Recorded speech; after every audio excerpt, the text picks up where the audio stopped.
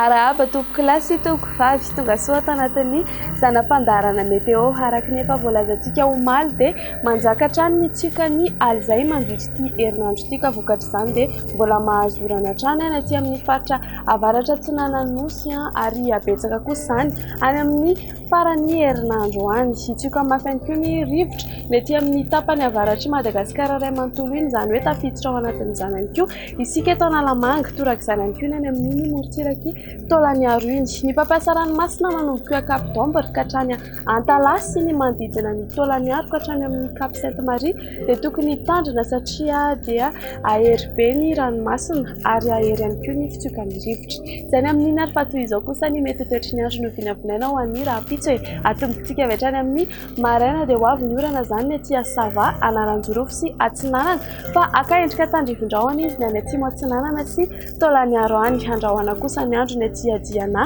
Sofia mahazo an'izany ihany koa ny ilany Atsinanana ny faritry ny Voatandray manontolo torak'izany ihany koa ny aty Avatovato Fitofonany sy ny ilany Atsinanany Anosiny ary fandimby andrahoana sy ny masoandro ho an'ny faritra sisy. Raha ho an'ny hariva kosa indray dia ho avy ny orana ny aty Antsiranana, Sava, Analanjorofo sy Toamasina fa olalovandrahoana kosa ny any Nosy Besambrano, Sofia ny ilany Atsinanany faritry ny Voatandray manontolo iny mipakatra aty Avatovato Fitofonany atsimo Atsinanana sy Taolagnaro fa mety ho arahina erika kosa izany ny any amin'ny manodidina ny Marilambo ny ilany Atsinanany Amorony Manisy, Otomatsiatra ary fandimby andrahoana sy ny masoandro ho an'ny faritra sisy.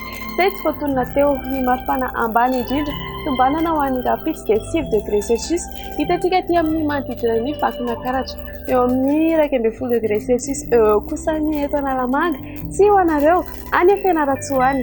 Ny maripana mafana indrindra kosa indray dia hitantsika aty amin'ny manodidina ny Antsohihy, Maevatanana sy Mahajanga 4-telopolo°C ho an'ny rahampitso. Ny mety toetry ny andro andreo tanan-dehibe sy nosy manodidina antsika rehefa ibalika be ny masoandro any Milan sy Johannesburg fa hifandimby amin'irahona izany any Nairobi, Comores, Seychelles sy La Réunion. Hanao orana tandrivindrahona kosa any any Paris sy Maurice fa ho arahi-kotroka izany any Bangkok. Dia izay indray ny mamarana ny fotoanantsika akasitrany efena ianao niaraka taminay hatramin'ny farany fandaharana. Veloma tompoko.